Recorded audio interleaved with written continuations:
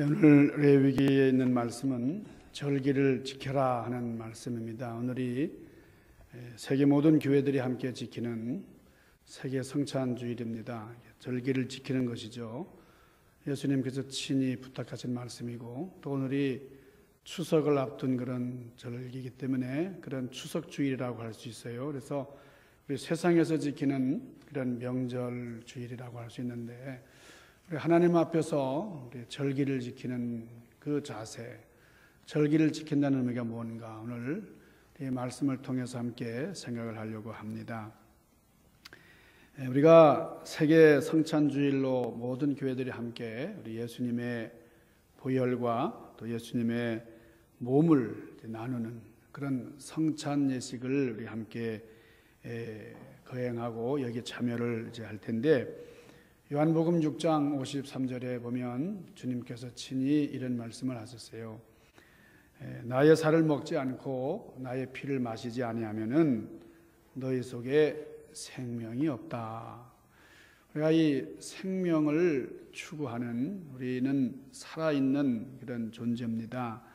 우리가 살아야 되죠. 예수 생명, 또 예수님을 통한 우리 완전한 그런 회복의 역사를 이루는 그런 우리가 되기를 바랍니다.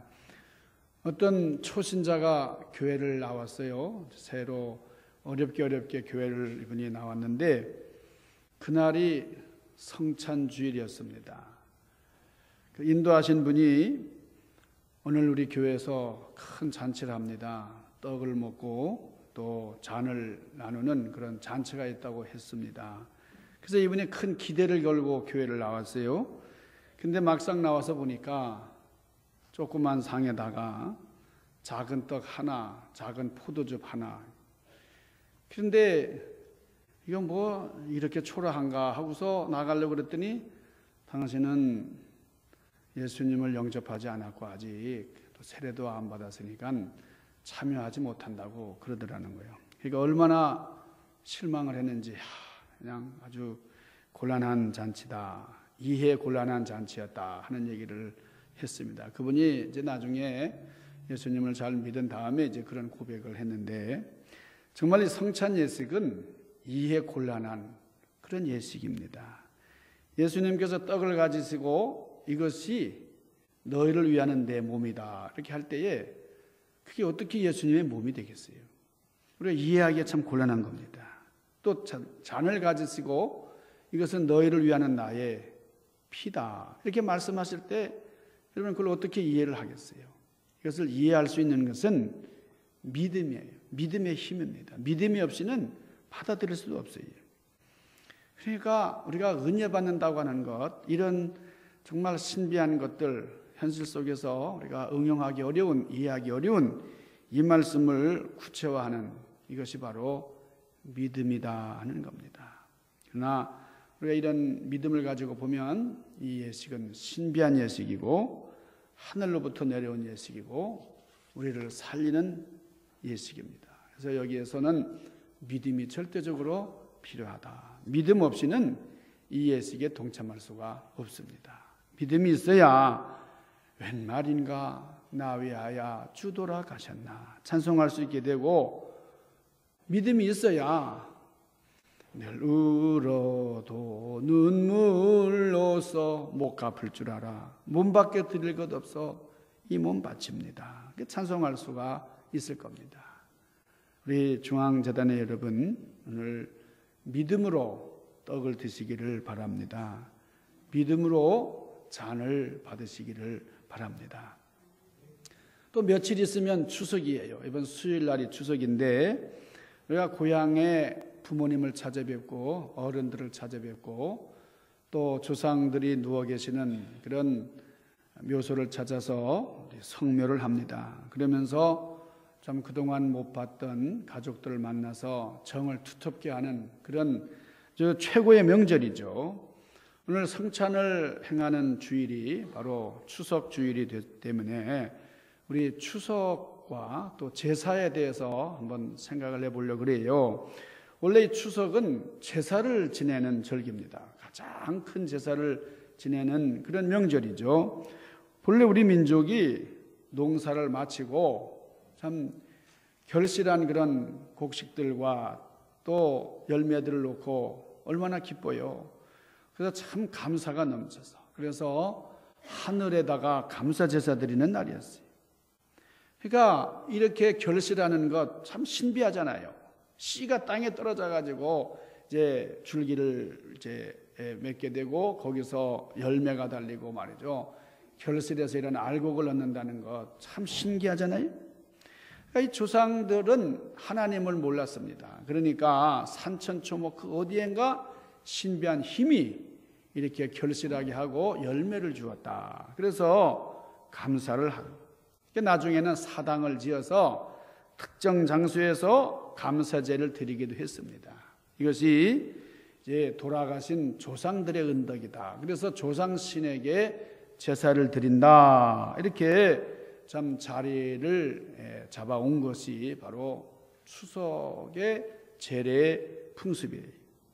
그러면 누가 우리들의 풍년을 주관합니까? 우리 민족은 일찍부터 조상들이 세상을 떠나면 그러면 단순한 사람이 아니라 신이 된다. 신의 반열에 오른다. 그렇게 생각을 했어요.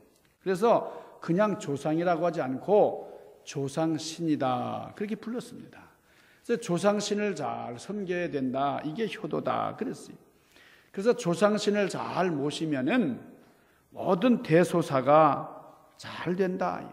조상신들이 보살펴 주기 때문에 그래서 형통하게 되고 풍년이 된다. 이렇게 생각을 했어요. 자, 그렇다면은 우리 이스라엘 백성들은 조상신에 대해서 어떤 생각을 하고 어떻게 섬겼을까? 여러분, 이스라엘 백성들은 아예 조상신을 모시지 않았습니다. 이 조상신이라는 개념 자체가 없어요. 대신에 농사를 지은 다음에 이스라엘 백성들이 목축업을 하는 사람들이었는데 양을 치고 소를 치는 그런 사람들이었는데 가나안 땅에 들어간 다음부터는 농사를 짓게 됐어요. 그러니까 풍년이 들고 오르니까 이 풍년을 가져다 주는 신. 그래서 그 가나안에 있는 신 이름이 바알신이었습니다. 그러니까 출애굽한 이스라엘 백성들이 지금까지는 양을 치고 목축업을 했는데 이제 가나안 땅에 들어와서 농경문화 생활을 하고 농사를 지으니까, 그런데 안타깝게도 이 사람들이 농사를 지을 줄을 잘 몰랐어요. 그래서 이 가나안 땅의 토착민들이 하는 걸 보니까 이 사람들이 농사를 잘 지어요. 농사만 잘 짓는 게 아니라 참 농경을 주관하는 신이 있다고 해요. 그 신 이름이 아세라 신이고 또 바알 신이고, 이 부부예요. 신도 말이에요. 아세라 신, 바알 신. 그래서 이 신들이 참 농사를 풍요롭게 한다. 풍년으로 만들어준다. 그래서 섬기는 거예요. 여러분, 사사기 3장 7절에 보면 이스라엘 자손이 여호와 목전에 악을 행하여 자기들의 하나님 여호와를 잊어버리고 바알들과 아세라들을 섬긴지라. 이 하나님이 너무 안타까운 말씀을 하시는 거예요. 이스라엘 백성들이 하나님을 잘 믿던 백성이었지만은 이 농경 문화에 젖어들면서 토착민들이 섬기던 바알신과 아세라신을 섬긴 거예요. 그러니까 조상신을 섬긴 건 아니지만은 하나님 외에 이방신을 섬기게 됐어요. 그러니까 하나님께서 기뻐하지 않으셨어요. 자, 우리가 이 추석 명절을 맞아서 오랫동안 만나지 못했던 흩어졌던 식구들, 참 가족들 간의 정을 나누게 됩니다. 얼마나 좋아요. 그런데 명절에 음식을 차려놓고 제사를 지내는데 그리고 조상 무덤 앞에 가서 또 거기다 절을 합니다. 왜 그러냐면 조상신을 섬기는 거예요. 하나님이 기뻐하세요? 기뻐하시지 않습니다. 아니, 그러면 하나님, 우리가 효도하는 건데, 우리가 조상을 섬기는 건데, 이 문제로 말미암아 믿는 사람들 가운데 시험 드는 사람이 있어요. 자, 그러면 오늘 여러분 분명하게 아셔야 될, 우리 기독교에서는, 성경에서는 조상 제사를 어떻게 말씀하는가, 오늘 이것을 단단히 여러분 이해를 하셔야 돼요. 자, 이 문제에 대해서 천주교와 개신교는 차이가 있습니다. 지금 천주교에서는 조상 제사를 허용을 해요. 근데 원래부터 이 천주교가 조상 제사를 허용하는 것은 아닙니다. 여러분, 이 천주교가 우리 한국에 이제 들어왔을 때에 얼마나 엄격했는지 모릅니다. 우리 개신교처럼 조상 숭배를 엄격하게 금했어요. 그래서 엄청난 박해를 천주교인들이 받은 겁니다.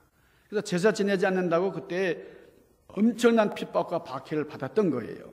그래서 1791년에 신해교란이라는 일이 벌어졌는데, 이게 뭡니까? 이게 천주교 신자였던 윤지충, 권상현 같은 분들이 부모님의 장례를 치르는데 전례되는 그런 우상 숭배하는 식으로 하지 아니하고 유교적으로 하지 아니하고 성경적으로 한다. 그래서 그것을 거부했어요.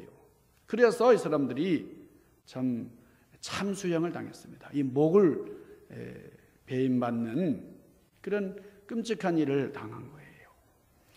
이 제사 문제 때문에 많은 천주교인들이 얼마나 많은 박해를 받았는지 몰라요. 1801년에는 우리나라 천주교를 순방하기 위해서 중국에서 신부님이 오셨는데, 그분 이름이 주문모 신부인데 이분도 그 제사 문제 때문에 참수형을 당했습니다. 이렇게 천주교가 한국에 전래될 때는 조상신에 대해서, 이 제사 드리는 그런 일에 대해서 아주 엄격했어요. 그래가지고 많은 사람들이 죽고 그 순교자의 피가 우리 한국 강산을 얼룩진 겁니다. 그런데 일본이 우리나라를 합방을 하고 탄압을 가하던 1940년, 그때에 독일, 이탈리아가 일본하고 함께 합세해가지고 같은 편이었고, 미국, 프랑스, 영국 이쪽에 또 다른 연합군이었잖아요. 그런데 이 일본 쪽에 속한 나라들이 그 당시 교황이었던 피우스, 우리 보통 비오라 그러죠. 비오 12세라 그러는데, 피우스 12세한테 탄원을 했어요. 신사참배와 조상제사는 그는 국민의식이다. 국민의식인데 그걸 왜 종교화하느냐? 국민의식에 불과한 것인데 그걸 왜 허용하지 않느냐? 그는 우상숭배가 아니고 조상에 대해서 효도하는 것이다. 그렇게 탄원을 했어요. 그러니까 이 피우스 12세가 그렇다, 거기 굴복을 해가지고 천주교에다가 교황 그 교령을 내렸습니다. 그래가지고 이것은 신사참배와 조상제사는 우상숭배가 아니고 조상을 향한 효도하는 방법이다. 그렇게 좀 교시를 내리고는 십계명 제1계명과 2계명을 합해버렸어요.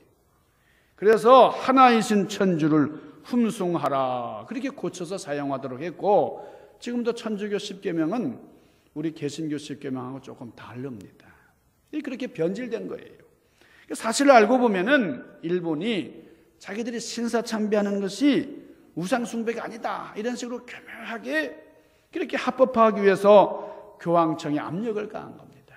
그래서 신사참배가 종교적인 행위가 아니고 민족의식이다, 효도하는 행위다, 그렇게 하다 보니까 그게 우리 한국민에게까지 강요가 되고, 그래서 하나의 민족적인 예다, 이렇게 된 거예요. 여러분, 하나님의 말씀은 1.1핵도 변함이 없어요. 어떻게 십계명을 사람의 뜻대로 보완하고 수정할 수가 있어요? 참 안타까운 일이죠. 조상 제사는 우상 숭배입니다. 그렇기 때문에 조상의 신주를 불사르면서까지 그렇게 신앙의 절개를 지키다가 순교한 그런 신앙의 선배들 앞에서 단순한 민족의식이라고 이 천주교가 이게 아주 변질돼 버렸어요. 그래서 한국 천주교회는 150여 년 동안 그 순교하고 많은 우리 신앙 조상들이 피를 흘렸는데 그 순교자의 피를 아주 부끄럽게 만들고 말았습니다. 여러분, 우리가 김수환 추기경 그러면 참 존경받을 만한 일이 많은 분이지만은 이분이 살아계실 때에 유학자 김창숙 선생의 그 묘소를 찾아가지고 거기다 6번씩 가서 절을 했어요. 이게 무슨 우상숭배냐? 이거는 조상을 향한 효도다. 그렇게까지 말을 하더라고요.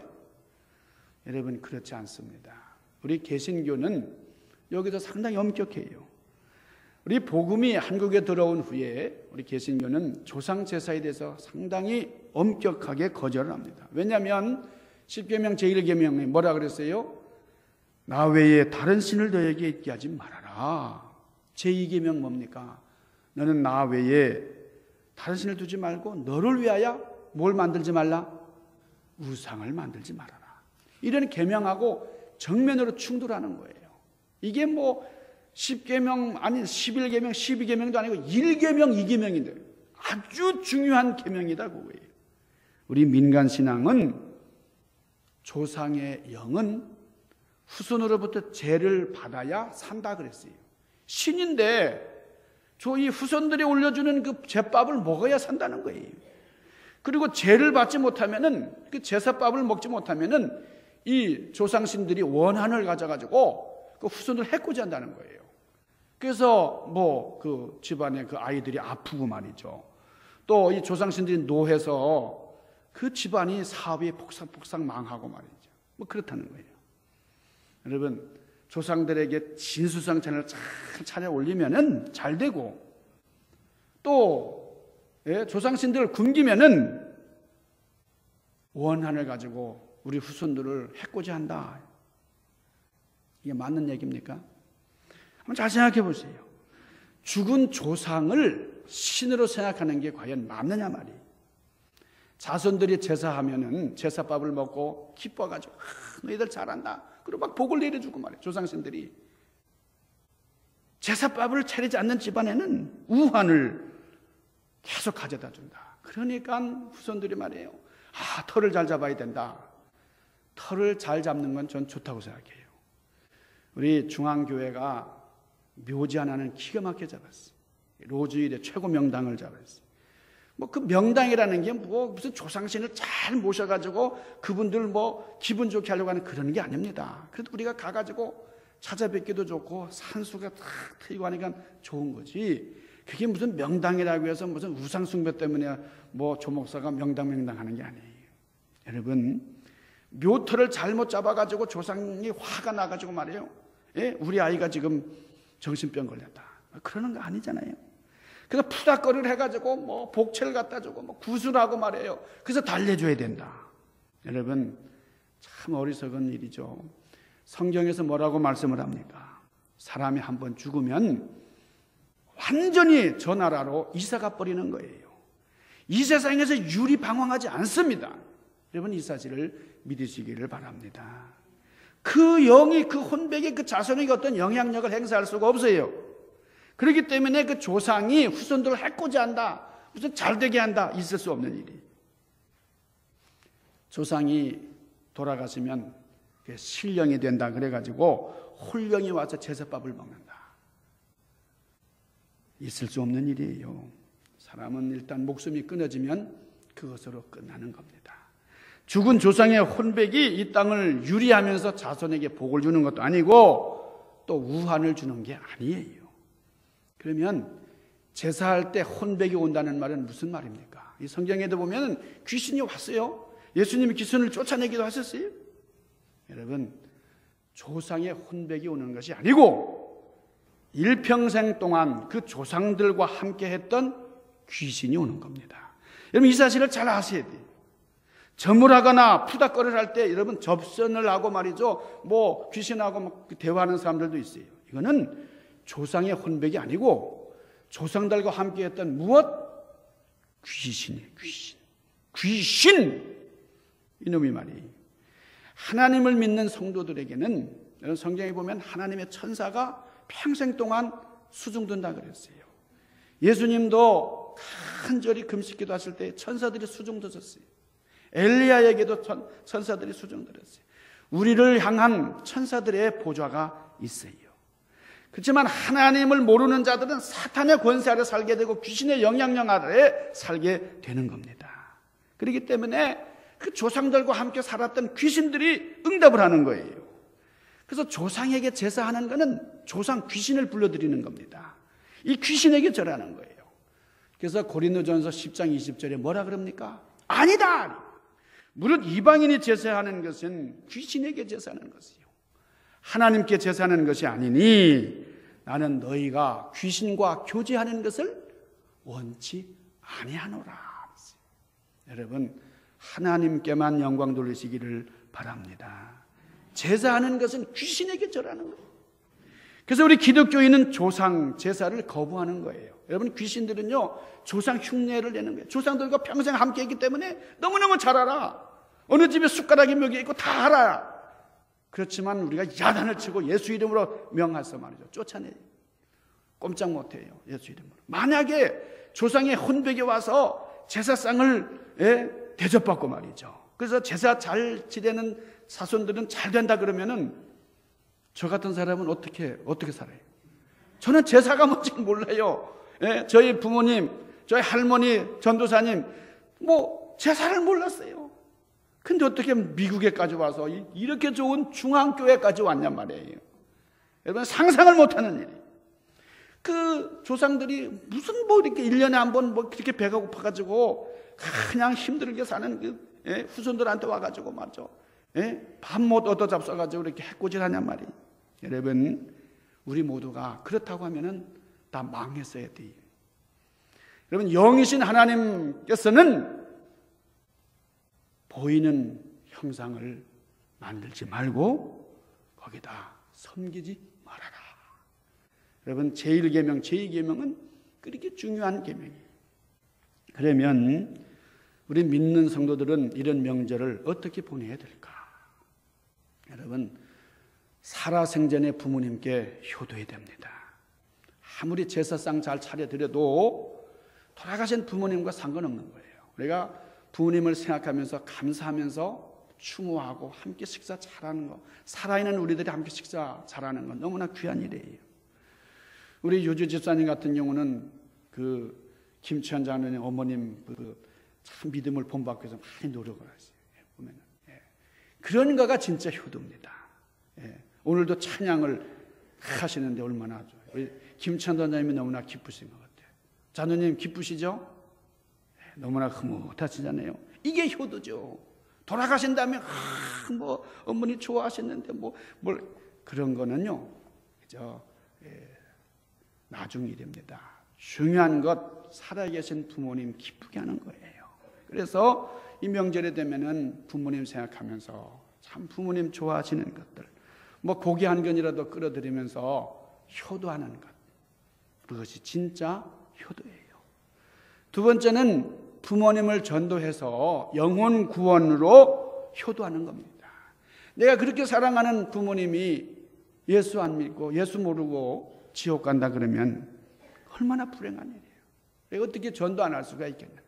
우리는 목숨 걸고 전도해야죠. 세 번째, 우리의 성도들은 명절이나 기일이 되면은 가족들과 함께 예배를 드리고 그리고 아주 맛있는 음식을 서로 나누면서 이렇게 형제간의 우애를 다지는 것. 여러분, 우리가 조상을 배격하는 게 아니에요. 그게 진짜 효도입니다. 우리가 남은 형제들 간에 부러워하면서 제사상 차리면서, 제사상 차리는 것 때문에 싸우는 거 좀 많이 봤어요. 왜 형은 제사 안 지내냐고 말이에요. 왜 둘째인 내가 지내냐고 막 법정 소송까지 하는 거 봤어요. 여러분, 잘 모르니까요. 그러니까 제사상 차려놓고 거기 절하고. 여러분, 우리는 이런 걸 다 깨우쳤기 때문에 진정한 하나님, 살아계신 하나님 앞에 예배하면서 우리 조상의 은덕을 기리고 자손들에게 우리 가문의 그 전통을 계승시키는 겁니다. 오늘 참 의미 있는 성찬 예배를 드리게 됐습니다. 이렇게 10월 달에 추석이 오는 경우는 흔하지 않은데 오늘 이렇게 추석과 성찬 예배를 겸하게 됐어요. 여러분, 우리가 절기를 의미 있게 지키는데 믿음으로 성찬을 받고, 그래서 내가 복을 받고 믿음으로 나의 인생 승리하는 역사를 이루시기를 주님의 이름으로 간절히 축원합니다. 여러분, 믿음이 뭐예요? 민주주의 믿는 것도 믿음이에요. 공산주의 믿는 것도 믿음이에요. 저 마호멧을 믿는 것도 믿음이고, 뭐 석가모니 믿는 것도 믿음이지만은, 그러나 성경에서 분명히 말씀을 해요. 예수님을 떠난 어떤 믿음도 참 믿음이 아니다 하는 겁니다. 의인은 무엇으로 산다고요? 의인은 믿음으로 말미암아 살리라. 수협에 나오신 분들이 대답을 똑부러지게 하는 거 보세요. 더 페이스.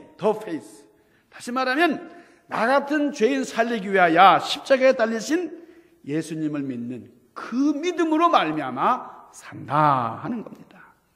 여러분, 예수님의 그 무엇을 믿는다는 거예요?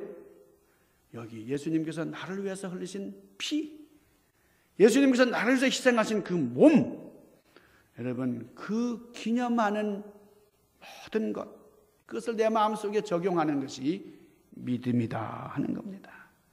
하나님이 가장 싫어하시는 다른 신을 섬기는 우상 숭배가 아니라 진정한 우리 주님 앞에 영광을 돌리면서 성찬을 받으시고 주님 뜻 안에서 승리하시는 여러분들 되시기를 주님의 이름으로 간절히 축원합니다.